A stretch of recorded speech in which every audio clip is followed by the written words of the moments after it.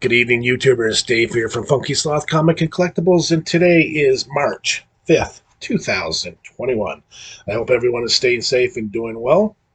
Quick weather update, as I always do, from Vermont today. Got up to about 23, 24 degrees, partly cloudy, but some sun was popping out. But it looks like next week we get a nice warm-up, so we can start melting some of this ton of snow we still have. We have a lot of snow, and it's getting old. So remember, at the end of this video, please hit the like button.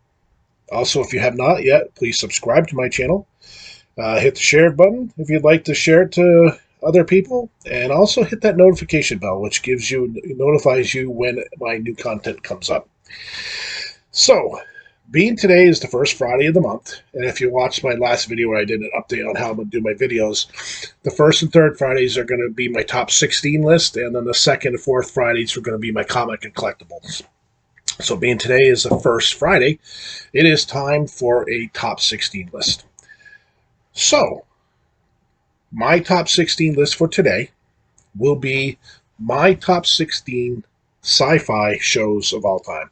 Remember, this is my list. And I can guarantee you right now, this is going to be way different than most people's out there. And a couple of the picks where they land might actually upset some people. Well, hey, that's what all these lists are about. They're fun, and I like to see what other people think. So, I will start off with my honorable mentions. My first honorable mention is, a lot of people probably don't remember this show, but it was called Voyagers. And that aired on TV in 1982. It was kind of a time travel show, going back and forth through different parts of history.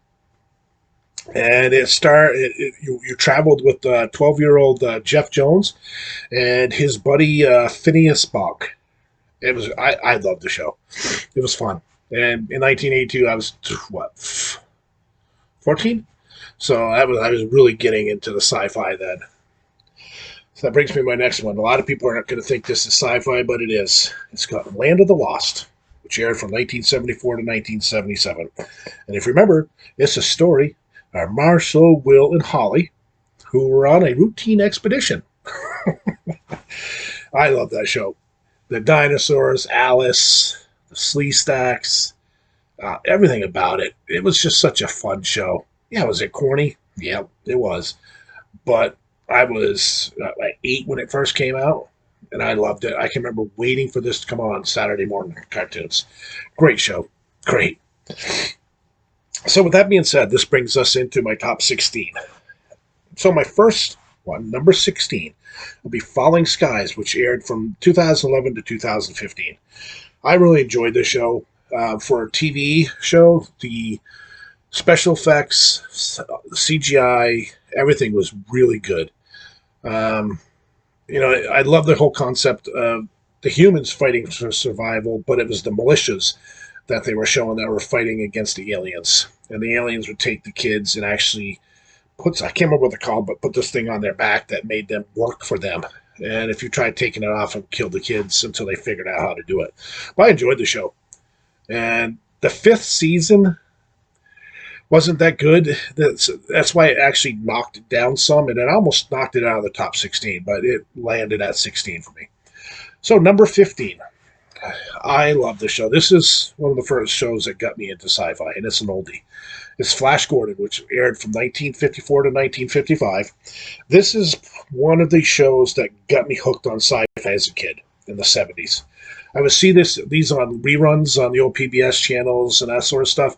And then later it went on, it actually was on, and you'll hear me mention this quite a bit, is Matinee at the Bijou. I love the old black and white sci-fi. This version of Flash, Steve Holland played Flash Gordon. This show will always have a spot for me. Like I said, it got me hooked on the sci-fi. And again, I love the old classic black and white sci-fi films. And what they did for what they had back then for TV was excellent. And this is one of the first shows that got me hooked on sci-fi. So that brings me to number 14, which is Bionic Woman, which aired from 1976 to 1975. 1976 to 75. 1976 to 1978. Sorry about that. Starred Lindsay Wagner as Jamie Summers. She showed up on the $6 Million Man and then they went and gave her own show, which made me happy. I love this show. She was awesome. The effects were great. But what was good is they kept it different enough from $6 Million Man. So they made it its own show. Yeah, I enjoyed the show. It made it to number 14. So let's go to number 13. Number 13, Planet of the Apes, which aired in 1974. This show was so fun. Kept my love of the Planet of the Apes going. Loved the movies, which all aired before the show. It was just good to see it on a TV show.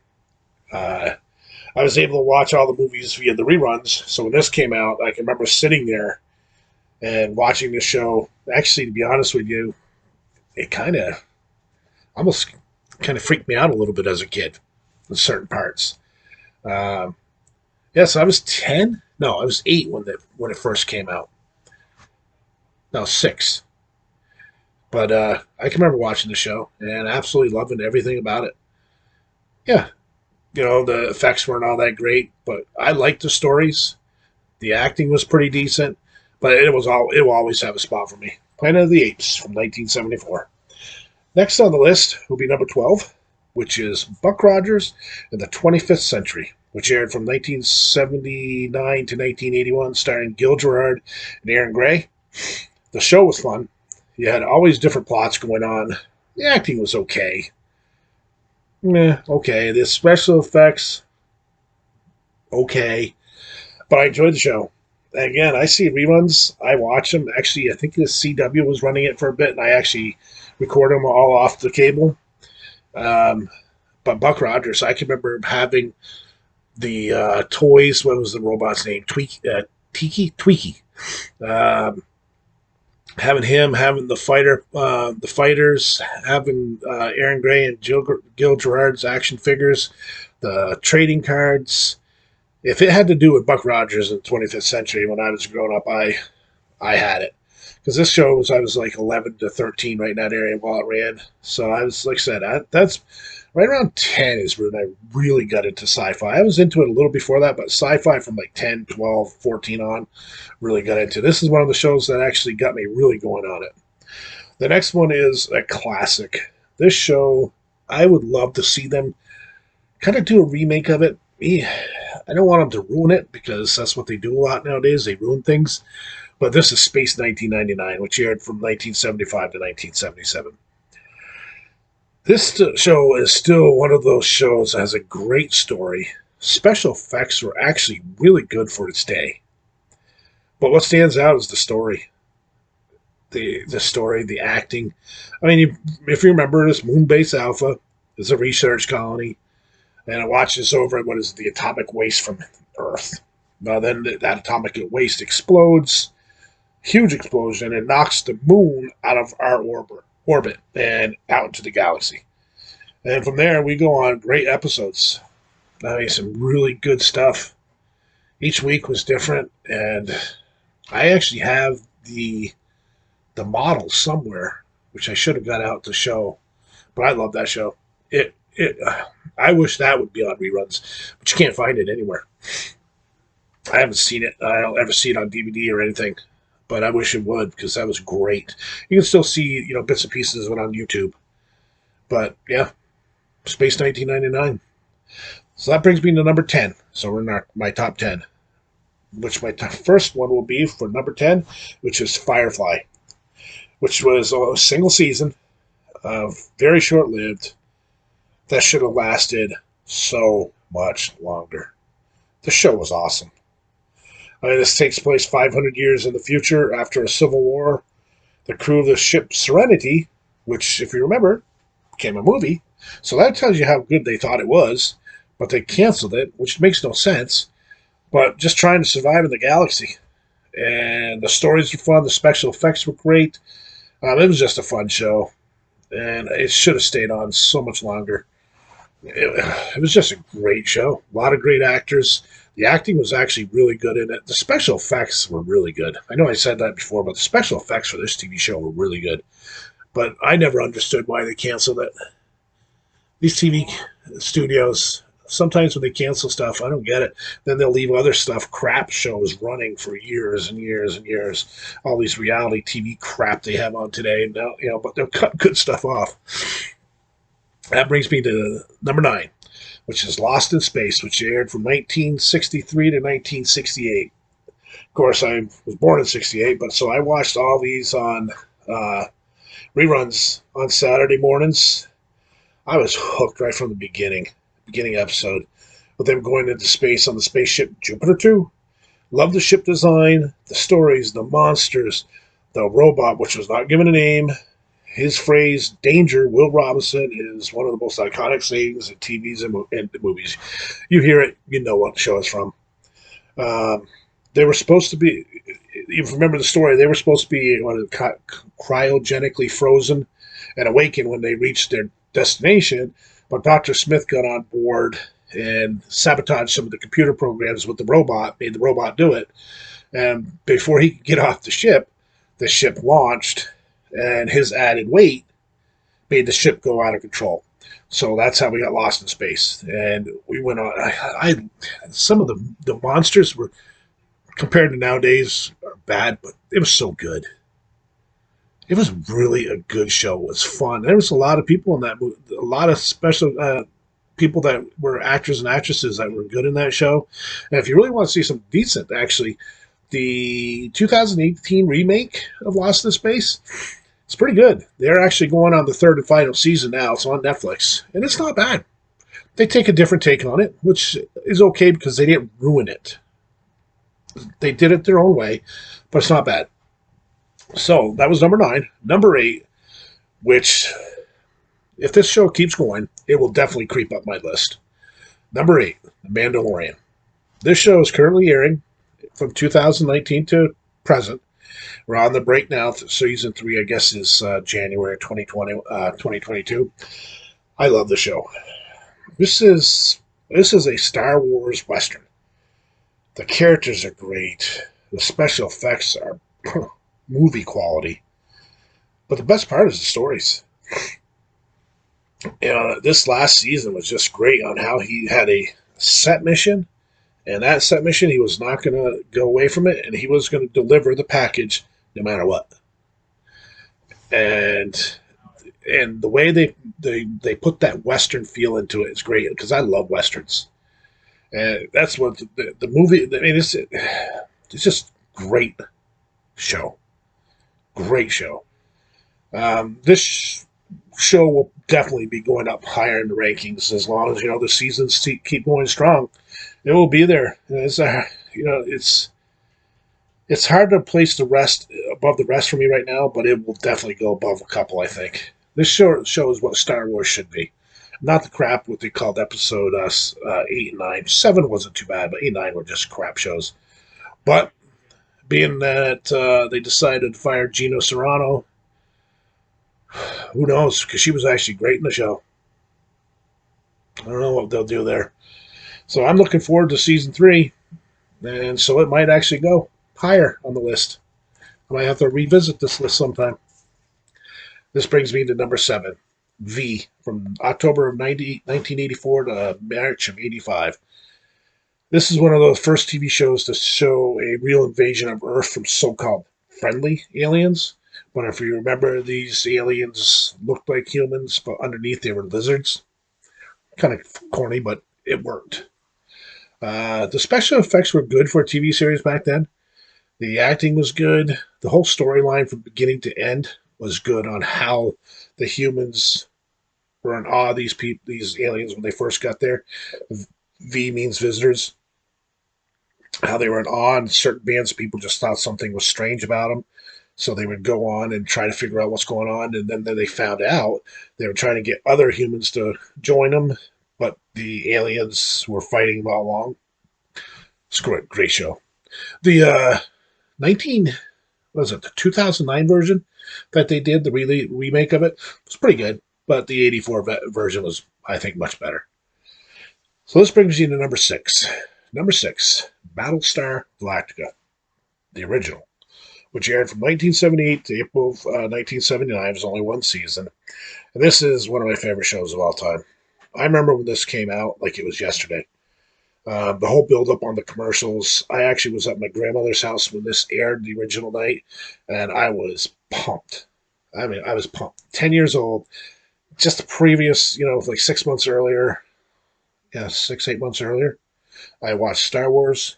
This came out, and the Cylons are still one of my favorite villains of all time. With the silver armor, the moving red eye back and forth, and the mechanical voice. I had all the toys from this show. If I could get them, I tried to. The Battlestar was just awesome. The Colonial Vipers, the Cylon fighters. Why this show was canceled after one season is beyond me. Because what is it, a year or two later, they came out with Battlestar 1980. That show sucked. That was horrible. But Battlestar Galactica, well, this was a fight to get in the. I almost get in the top five, but it just wasn't quite there. Which brings me to number five, which is $6 Million Man. It was released on January 18th of 1974 and ran for 4 seasons. It was based on the novel Cyborg by Martin Cardins, something like that. I looked forward to this show every week. I own the action figure, which I wish I still had. I've just seen some of the prices these things are going for now. It's crazy. It was crazy. And I also own the Charlton comic run as well. Lee Majors was awesome as Colonel Steve Austin. And to this day, when reruns hit, again, I'll watch it. It has one of the best opening lines ever. We can rebuild him. We have the technology. We can make him better than he was. Better, faster, stronger, I think it was. But I love that show. And it comes out, where was it? Pluto TV had it on. So I watched that about a year ago. I would like to get that on 4K if they ever came out on 4K, but I'm trying to find out on Blu-ray right now. So, but yeah, number five was $6 Million Man. So this brings us into my top four. Number four, Stranger Things. I love the show. Started airing in 2016. It's currently running. We're going on to season 4. But the first 3 seasons were great. I was hooked on this show from the beginning. Again, another government, government hiding things about what's out there or what's not out there from its people. Great writing, great effects. The whole upside down world is awesome. The monsters are great.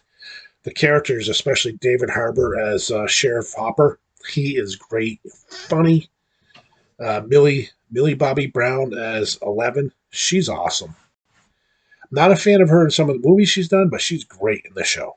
Winona Ryder's in it. The rest of the cast is great. If you haven't seen Stranger Things, you don't know what you're missing. It's a really, really, really good show. And season 4, I guess, is like September. So, looking forward to that. Because season 3 ended on a pretty good cliffhanger. So this brings me to number 3. Number 3 and number 2 can switch back and forth. Most people put the number 3 ahead of number 2, but this is my list. Number 3 is Star Trek, which aired from 1966 to 1969. It's an iconic show. I mean, it's iconic. I mean, it follows the Starship Enterprise and its crew on a mission to find new life forms. The TV's never saw anything like that before. William Shatner was perfect as the brash Captain Kirk. The rest of the crew were great. Great characters like Spock and Scotty, Bones. Tons of special guest stars. Ricardo Montalban, if you remember, he was in the show, then went on to the best Star Trek movie, which was The Wrath of Khan. This show is a classic in every way, shape, or form. And its opening is one of the greatest openings in entertainment history. And if you hear it, you know it. What was it? Space, the Final Frontier. These are the voyages of the Starship Enterprise. Its 5-year mission to explore strange new worlds, to seek out new life and new civilizations, to boldly go where no man has gone before. And then what's great is you see the Enterprise coming at you on the screen, going off on angles. I love that show. And one of these days, I'm going to actually get over to Whitehall, New York, to the Star Trek museum over there. Number 2, which could easily flop with number 3, but this is Star Trek Generations, the next generation. I just think it's that much better, which aired from 1987 to 1994. I know some people will think it's a crime to be ahead of the other, but I just liked it, like I said, just that much better. The series takes place 78 years after the original Star Trek run. You have Captain Jean-Luc Picard, played by Patrick Stewart, who's awesome. The stories, the special effects, the bigger, badder Enterprise, some great new villains brought in, better looks of the villains.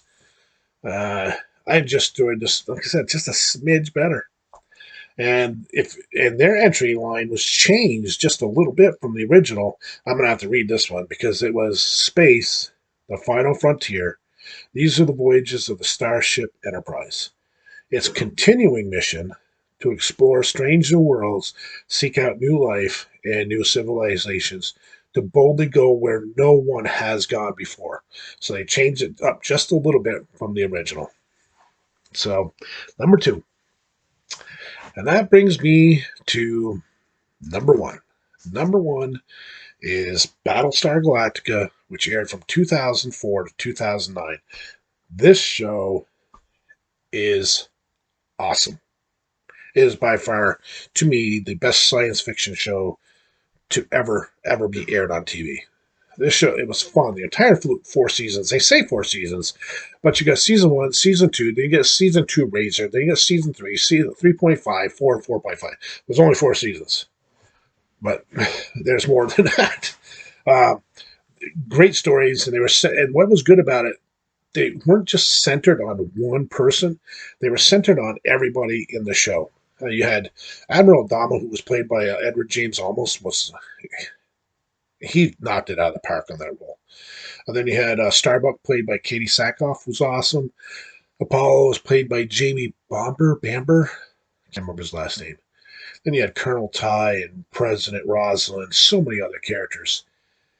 And it was all about, the human civilization on the 12 colonies being just wiped out by the Cylons, who actually look like people in this version of Battlestar Galactica. They still have the Cylon warriors, which are bad, but these Cylons look like normal people.